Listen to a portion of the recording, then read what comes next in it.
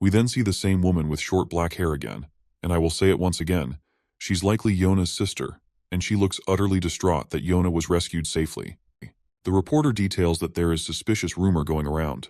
He elaborates that while Seokju played a key role in the rescue, the exploits of another student who accompanied him were even more extraordinary. She asks how that's possible, and the reporter responds that even the chairman has taken an interest in this student, and we already know that this student is our boy, of course. The woman is shocked and wonders if these rumors might actually be true. We see Jin once again doing some hardcore pull-ups. As he works out, his mind flashes with images of the people he fought that day. Just as he's lost in the intensity of the exercise, Dayan knocks on the door and mentions that she's brought some fruit. While Dayan munches on the delicious fruit, Jin arrives and quickly asks his sister how she's feeling. She responds that she's already answered that question 1,000 times, and she's fine. Once Jin sits down, he notices something on Dayan's mind, so he asks her what's up. That is when she assures him that she does not hate him just because she saw him fighting and beating those guys brutally. She claims that it doesn't change how she views him. After all, he did all this just to save her, and she won't ask him about his past either. Dayon then gets somber, saying she was never able to tell Grandpa about any of the bad things that happened at school. She just wasn't ready to share it with him.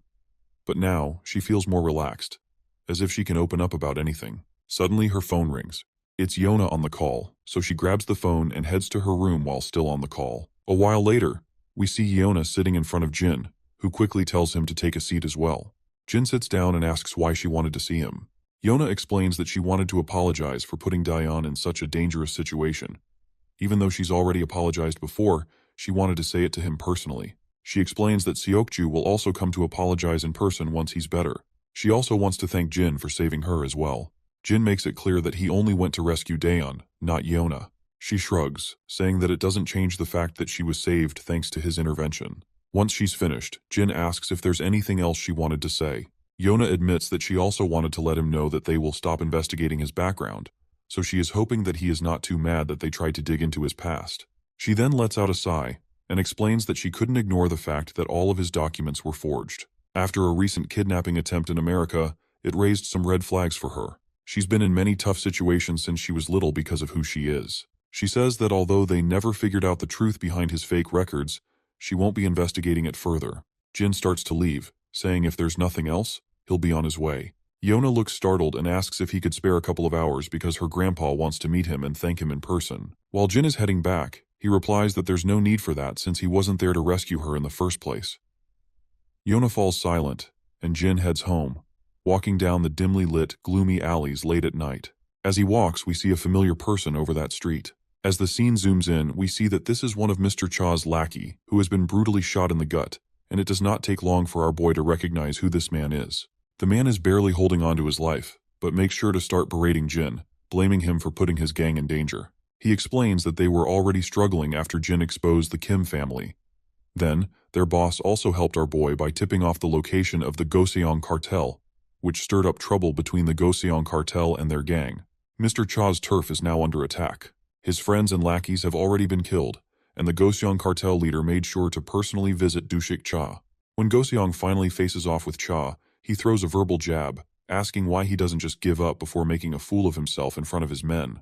Cha responds with a jab of his own, pointing out that he's already sent most of the crew on a weekend off. Yet Goseong brought his entire platoon of lackeys. Then another guy in a coat chimes in and tells Cha that he really shouldn't have stirred up trouble by messing with the Kim family. And when it was not enough, he tipped off Goseong and his men recently. Our gangster throws another brutal jab, and this time, Goseong himself loses his cool, and he is going absolutely bonkers to what just Cha said. He furiously orders all his lackeys to charge at Cha, and the gang rushes at Cha like a pack of wild dogs, ready for a fight. But our beloved gangster isn't just any weakling. He deftly ducks, letting a punch zoom past over his face, and retaliates with a devastating blow that leaves his attacker reeling. Another lackey tries to swing at him, but ends up taking a brutal hit right under the chin, crashing to the ground in a pool of blood.